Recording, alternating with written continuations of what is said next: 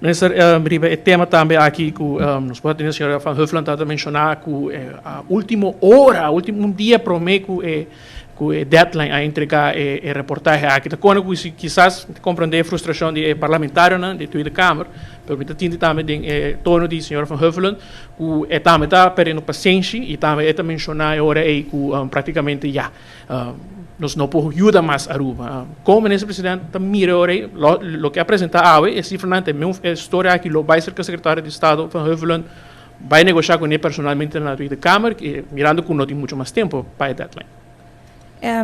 Você me acaba de referir na carta como a secretário de Estado Van Huffelen de semana passada, em qual ela ofereceu para nós seguir papia riba a solução híbrida. O problema de algum gente na Aruba, e me quero botar, me onde não, você não tem muito televisão.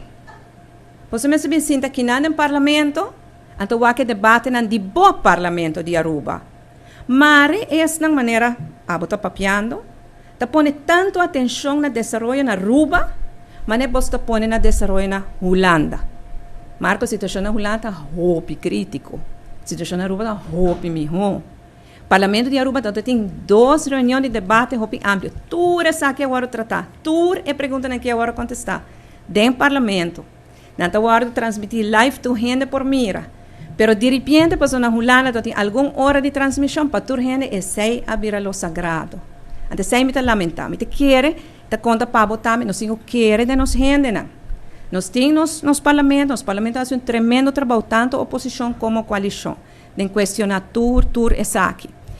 Secretário de Estado Van Huffelen ha dado uma certa expressão durante o tratamento dentro da Câmara que não é correto, mas isso é agora. No Parlamento de Aruba, mas põe tudo carta na ensage. Nós temos debate, mas explica tudo carta, para mas explica quanto carta na total. Está muito tempo para a conferência de prensa. Mas nós estamos negociando e acaba de ano passado, junho 2022, o tema aqui. E dentro do tema, mas não precisa agora, nós damos como 10 proposições. Agora eu menciono 5 só, para não virar muito largo. Nós damos várias proposições. Nós visa, por exemplo, van ancora em lei que o governo e parlamento para cambiar. Não está bom o suficiente. Nós visa banco para leningsovereenkomst met de banco, não está bom o suficiente. Van ancora então que se cambia o LAF, o interesse subir para 6 ou 8 dias. Não está. No último dia nós damos uma proposição, nós damos uma proposição durante todo o tempo e me expliquei no parlamento extensamente para toda a gente por escuta e mira aqui na Aruba.